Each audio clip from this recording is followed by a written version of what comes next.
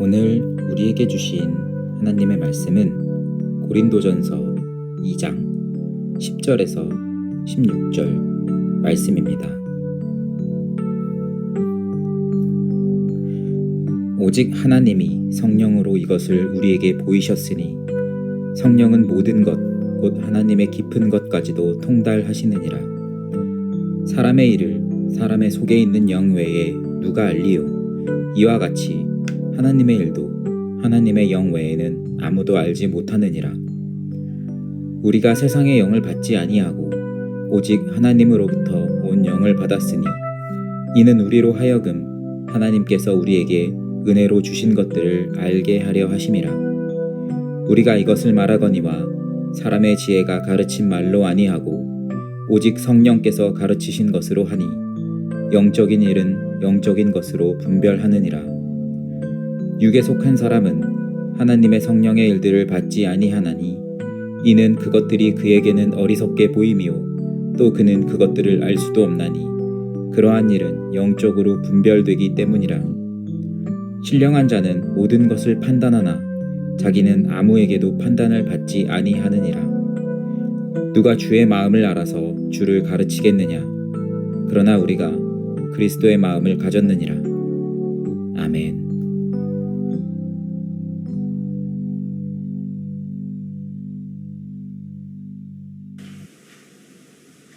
할렐루야, 사랑합니다. 축복합니다. 한 주간도 또 잘 지내셨습니까? 오늘도 말씀을 통해서 하나님께서 우리에게 은혜 주시기를 바라는 마음으로 함께 주의 말씀에 우리 귀를 기울이는 시간을 갖겠습니다. 10절 말씀을 한번 바로 보시면 성령은 모든 것을 살피신다라고 말씀을 합니다. 심지어 뭐까지 살피신다고 말씀하십니까? 하나님의 깊은 것까지도 살피신다고 말씀을 합니다. 여기서 우리가 주목할 표현이 있습니다. 그것은 10절 말씀에 오직 하나님이 성령으로 이것을 우리에게 보이셨다는 겁니다. 여기 보이셨다라는 표현입니다. 이게 되게 중요한 표현인데요. 보이셨다라는 게 뭐냐면 원문으로 보면 덮개를 열다는 겁니다. 숨긴 것을 드러내다, 베일을 걷어내다. 그 뜻이 바로 이 오늘 부분에 보이셨다라는 말의 본래적 의미입니다. 그러면 하나님의 성령께서 그동안 베일에 쌓여있는 이 덮개를 열어서 우리에게 보이신 것은 뭘까요? 그 내용이 2장, 고린도전서 2장 7절에서 10절까지 말씀이 됩니다. 이 시간 7절에서 10절까지 말씀을 같이 한번 쭉 읽어보겠습니다. 7절부터 같이 읽습니다. 자, 시작. 오직 은밀한 가운데 있는 하나님의 지혜를 말하는 것으로서 곧 감추어졌던 것인데 하나님이 우리의 영광을 위하여 만세전에 미리 정하신 것이라. 이 지혜는 이 세대의 통치자들이 한 사람도 알지 못하였나니 만일 알았더라면 영광의 주를 십자가에 못 박지 아니하였으리라. 기록된 바 하나님이 자기를 사랑하는 자들을 위하여 예비하신 모든 것은 눈으로 보지 못하고 귀로 듣지 못하고 사람의 마음으로 생각하지도 못하였다 함과 같으니라. 오직 하나님이 성령으로 이것을 우리에게 보이셨으니 성령은 곧 모든 것 곧 하나님의 깊은 것까지도 통달하시느니라. 여기 10절 한번 보십시오. 오직 하나님이 성령으로 우리에게 이것을 보이셨답니다. 여기서 이것이 뭐냐? 그 이것이 바로 그 7절 말씀에 올라가 보면 이런 내용이 있어요.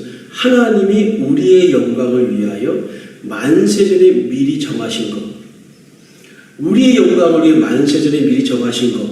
바로 그것을 성령으로 우리에게 보이셨다라고 말하는 것입니다.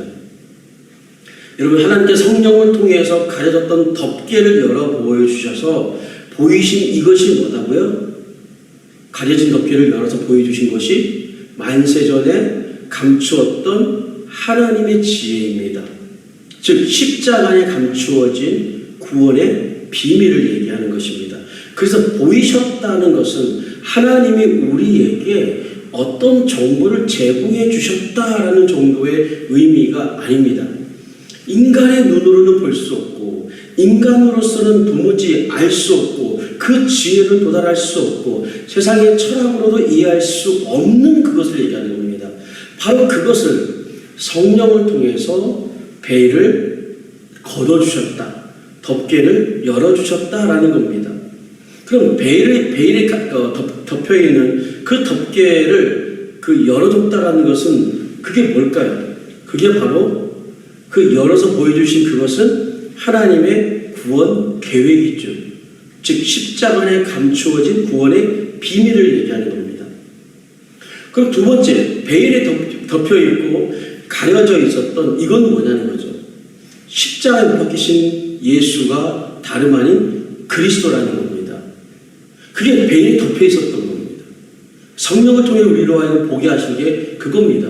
예수가 다름 아닌 십자가에 못 박히신 그 예수가 다름 아닌 누구라고요? 그리스도. 그런데 십자가는 유대인들에게 있어서는 꺼리는 것이었습니다. 헬라인들에게는 너무나 미련해 보이는 것이었습니다. 로마 세계에서는 십자가는 수치와 패배의 상징이었습니다. 그게 당시 세계가 평가했었던 십자가였습니다. 그런데 십자가에 못 박히신 이가 사실은 누구였다는 거죠? 그리스도였다는 겁니다. 그가 메시아였다는 것입니다. 이 사실은 기존의 생각의 틀과 체계를 완전히 뒤집어 엎는 충격적 발상이었고 사건이었던 거죠. 그리스도가 십자가에 못 박히신 사건은 인류의 죄에 대한 하나님의 심판이었습니다. 사탄의 머리를 깨부수는 결정적인 사건이었고 그것은 인간을 구원하고 하나님의 영광을 드러낸 일이었던 겁니다. 다시 말해서 겉으로 봤을 때는 패배처럼 보였던 그 사건 속에 실은 하나님의 승리가 그 승리의 지혜가 거기에 숨겨져 있었던 것입니다.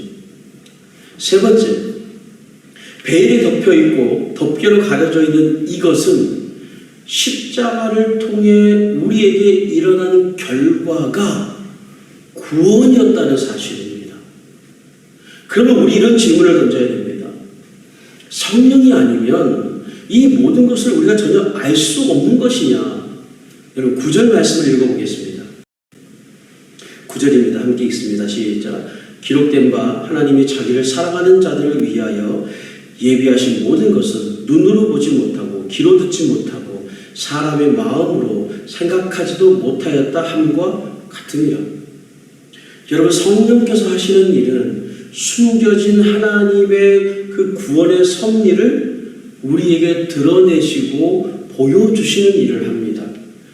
똑같은 십자가 사건을 목격을 해도 어떤 사람은 실패한 유다의 지도자라고 보는가 하면 또 어떤 사람은 똑같은 사건을 보고도 정치적 반역에 의한 당연한 대가로 보기도 하지만 어떤 사람은 성령이 역사하면 그래서 그 베일이 벗겨지면 하나님의 능력과 하나님의 지혜로 십자가가 발견되고 고백된다는 것입니다. 여러분 오늘 살아가는 우리도 마찬가지입니다.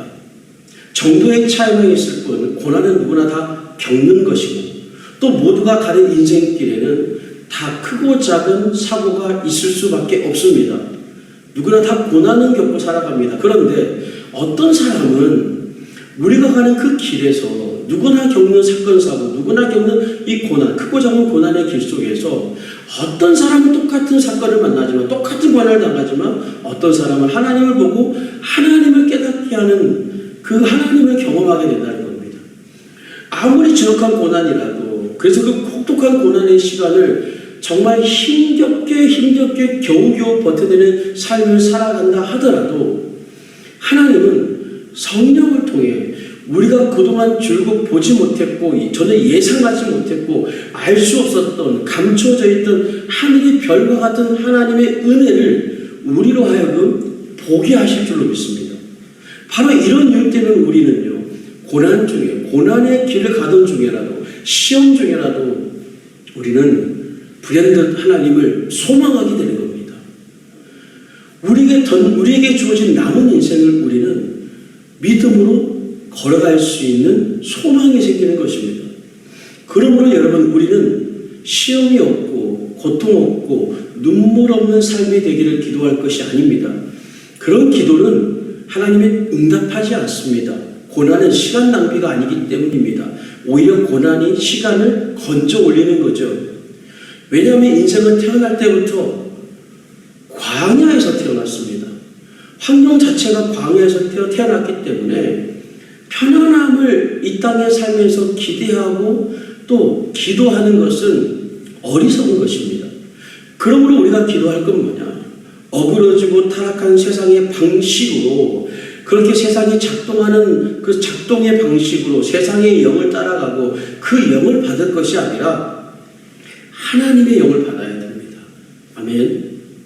그래야 눈물 날 일 많을 때 염려와 고통으로 잠 못 이루는 나날들을 우리가 보내게 될 때 그때 성령께서 하나님의 영을 받은 사람들에게 순간 우리로 하여금 우리가 처한 삶의 시간 속에서 우리가 그동안 보지 못했던 덮개로 가려져 있었던 베일에 쌓여 있었던 것들을 벗겨주시고 열어주심으로 그 고난 속에서 고통 중에서도 그동안 전혀 알지 못했고 우리의 생각이 거기까지 결코 미치지 못했던 우리의 인생을 향한 하나님의 경영하심을 그 하나님의 비밀한 섭리를 우리는 반드시 마주하게 되는 경험을 하는 것입니다. 그때 비로소 우리는 충만한 생명력으로 광야를 통과하는 것입니다. 여러분 이 얘기가 15절 말씀과 연결됩니다. 여러분 15절 말씀 함께 읽습니다. 시작. 신령한 자는 모든 것을 판단하나 자기는 아무에게도 판단을 받지 아니하느니라. 여러분 이 말씀이 참 알다가도 모를 그냥 묘하고 알 것만 같은데도 또 한참 생각을 해보면 또 이해가 안 되는 그런 말씀입니다. 신령한 자는 모든 것을 판단하나 자기는 아무에게도 판단받지 않는다. 여러분 성령 충만한 사람은 남을 판단할 수는 있지만 자기는 비판받지 않는다. 그런 뜻일까요? 성령 충만한 사람은 마치 돗자리 깔고 그냥 사람들한테 점을 보듯이 너 이랬지 너 저랬지 라고 말하는 것처럼 성령 충만하면 모든 것을 판단하지만 나는 아무것도 판단받지 않는다. 그 말이 방금 이 15절 말씀일까요? 아닙니다. 그래서 판단한다는 것은 뭐냐? 참된 의미를 꿰뚫어 본다라는 뜻입니다. 즉 성령의 사람은요 모든 것을 올바르게 분별할 수 있다는 뜻입니다. 다시 말해서 성령께서 가려진 베일을 벗겨주신 결과로 인생과 자신에게 일어나는 고난을 보는 판단 기준 자체가 이전과는 완전히 바뀐다는 겁니다. 인생에 당하는 고난의 참된 의미를 그제서야 꿰뚫어 보게 된다는 겁니다. 어떻게? 성령께서 감추어지고 가려진 덮개를 열어주심으로. 아멘. 여러분 그래서요 성령의 사람은요 세상과 전혀 다른 기준으로 현실을 해석합니다. 기준이 다릅니다. 현실을 해석하는 기준이 다릅니다. 그래서 성령 충만하다는 것은요 현실을 하나님의 눈으로 해석하는 능력, 그게 성령 충만이고 성령의 능력입니다. 그 속에서 하나님을 보는 눈을 가진 사람, 그 사람이 성령 충만한 사람입니다. 사랑하는 여러분, 그런 의미에 있어서 성령 충만을 구할 수 있기를 축복합니다. 그래서 하나님의 눈으로 현실을 볼 수 있는 눈이 있기를 축복합니다. 그러려면 반드시 성령께서 덮개를 열어주셔야 됩니다. 덮개를 열어주시기를 기도할 수 있기를 축복합니다. 사랑하는 여러분, 혹 나의 삶이 세상적 기준에서 보면 실패했고 끝났다고 생각하고 무너졌다고 여러분 혹시 생각하고 계십니까? 아닙니다. 오늘 말씀을 준비하다가 제게 주신 확신이 있었습니다. 그것은 하나님의 영을 받으면요 내가 처한 상황이 그 어떤 상황이라 하더라도 확신하기를 그 속에 하나님이 은혜를 그 속에서도 은혜를 숨겨 놓으셨습니다. 아멘. 여러분 우리는 절망 가운데 끝났다고 포기하지만 하나님은 말씀하십니다. 아직 안 끝났다. 아직 안 끝났다. 광야에도 하나님의 뜻이 있단다. 이게 바로 신령한 자는 모든 것을 판단한다라는 뜻입니다. 말씀을 맺겠습니다. 같은 사건을 만나도 같은 고난을 겪고도 같은 같은 광야의 길을 지나가도 세상의 영이 작동하는 방식으로 우리의 생각과 판단이 그렇게 작동하는 사람은요, 거기서 절망밖에 보이지 않습니다.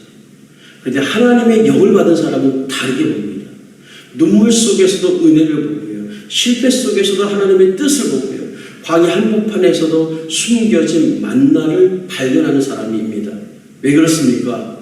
성령께서 가려진 베일을 벗겨주시고 하나님께서 우리의 영광을 위해 감추어두신 뜻을 보게 하시기 때문입니다. 그래서 신령한 자는 모든 것을 분별하는 것입니다. 그러나 교회를 아무리 오래 다녀도 교회에서 뭐 장로가 된다거나 권사가 되고 안수집사가 된다 하더라도, 심지어 저처럼 목사라 할지라도 그 내면이 세상이 작동하는 방식으로 여전히 그렇게 반응하고 여전히 그렇게 살아간다면 항상 그렇습니다. 내가 지금 처한 삶이 점점 이해가 안 되게 되어 있습니다. 지금 내가 처한 삶이 내가 원하는 삶이 아니라면 받아들이지를 않습니다. 여러분, 그러면 어떻게 되는지 아십니까? 이렇게 자꾸 시간이 가잖아요. 내가 원치 않는 삶이 계속 반복해서 꼬리에 꼬리를 물고 이었잖아요. 그러면서 그 사람은 어떻게 되는가? 강팍해집니다. 자신도 모르는 사이 마음이 딱딱하게 굳어집니다. 신앙생활 아무리 오래 해도 여전히 강팍해진다는 겁니다. 여러분, 이 강팍함은요, 시간을 두고 계속 심해집니다. 그리고 어느 순간에 가면요, 돌이켜지지가 않습니다. 이건 목사도 예외가 아닙니다. 다 마찬가지입니다. 누구든 예외가 없습니다. 굉장히 무서운 것입니다. 그래서 하나님의 영이신 성령을 구하는 것은 너무너무 중요합니다. 할렐루야. 성령을 구하십시오. 여러분, 오늘 보면 15절 말씀에 보니까 나는 아무에게도 판단받지 않는다고 얘기합니다. 이 얘기는 사실 바울이 이런 얘기를 하는 겁니다. 당신들은 내 삶을 이해할 수 없어. 아무에게도 판단받지 않는다. 당신들은 내 삶을 이해할 수 없어. 왜 그럴까? 왜 나를 이해할 수 없다고 바울은 생각할까요? 왜냐하면요, 성령께서 보여주시는 세계를 세상은 보지 못하기 때문입니다. 내 삶이 거칠고 메마른 광야로 던져져 있으면 세상은 말하죠. 야, 저 사람 망했다. 야. 저 사람 참 불쌍하다. 예수 믿고 저렇게 불행하게 사냐. 그렇게 말할 수 있습니다. 그러나 성령의 사람은요, 광야에서 구름기둥과 불기둥과 그리고 만나와 그리고 반석에서의 물과 감추어진 하나님의 인도하심을 받습니다. 본인은 아는 거죠. 본인은 경험하는 겁니다. 그래서 하늘에 속한 사람은요, 세상 사람들의 평가와 세상 사람들이 내리는 그 기준에 의해서 무너지지 않습니다. 아무에게도 판단받지 않는다는 것입니다. 왜냐하면 성령을 받은 하늘에 속한 사람은 인생의 고난의 현실을 세상의 기준에서가 아니라 하나님이 덮개를 열어서 보여주심으로써 하늘의 관점으로 해석하고 분별하기 때문입니다. 할렐루야. 이 은혜가 여러분들 가운데 있기를 축복합니다. 아멘. 우리 함께 기도하시면서 말씀을 생각하며 함께 기도하며 나아가겠습니다. 하나님, 세상이 나를 몰라줘도 세상이 나를 어떻게 평가하든 성령께서 저의 마음 가운데 지금 처한 삶의 고난과 고통의 시간 속에서 베일을 벗겨주시고 덮개를 열어주셔서 하나님께서 행하시는 일들을 보게 하여 주옵소서. 여전히 지금도 일하고 계시는 하나님, 그 하나님을 바라보는 눈이 생기게 하시고 그 하나님을 보는 영적인 시야가 띄어져서 세상 사람들을 향해서 당신들은 날 이해하지 못해 라고 말하지만 우리의 마음은 정말 하나님으로 말미암아 행복하고 담대한 우리의 신앙이 될 수 있기를 우리 말씀을 생각하며 함께 기도하며 나가겠습니다. 기도하겠습니다.